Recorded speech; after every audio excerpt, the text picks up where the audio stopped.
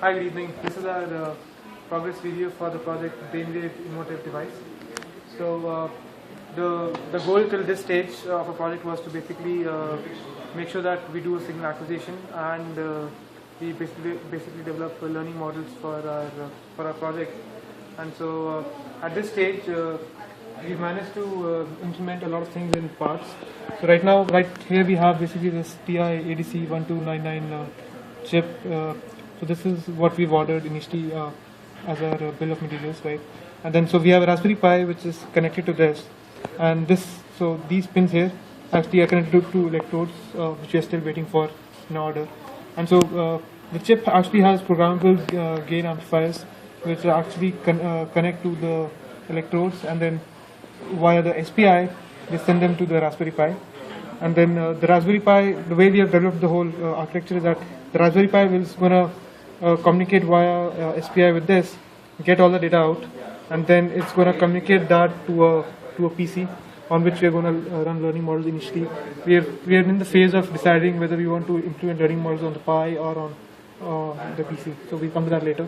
So now I'll just show you how this SPI works on the Pi, between Pi and the ADS1299.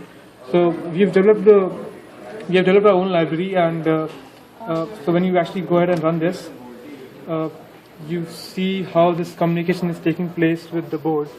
So this is all SPIs, so 4 pins, MOSI, MISO, clock, and chip select. Right. So initially I'm going to do so 60 is going to be a reset. Then there's a SData C, which is basically a stop continuous ADC detection on the ADS1299, and then I'm basically printing out the onboard register contents. So here we've just printed out the first 4, which are basically, the first one is the device ID. So this is like a confirmation which says that yeah, whatever you're reading is correct, and we've matched this with the datasheet, which is all valid. Next you have these other 3 registers, so config register 1, 2, 3. So that's the same which is there in the datasheet.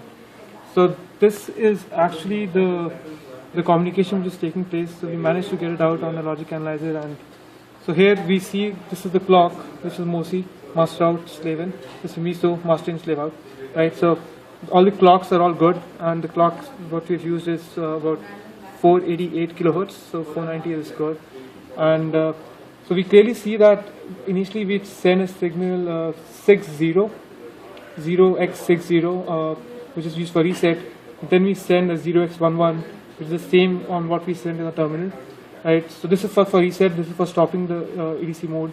Then these 3 are basically responsible for actually getting out this device register ID out, which is basically the 0x3E what we saw on the board.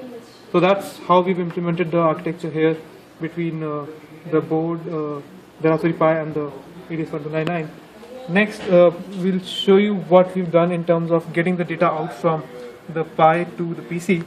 So we've managed to use the Wi-Fi which connects to the hotspot running here. Right. So being on the same network, the PC as well as the Raspberry Pi.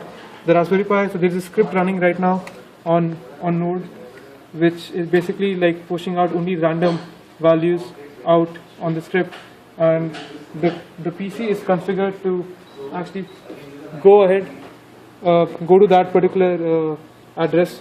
We basically use socket.io for communication and plot this out on the screen here.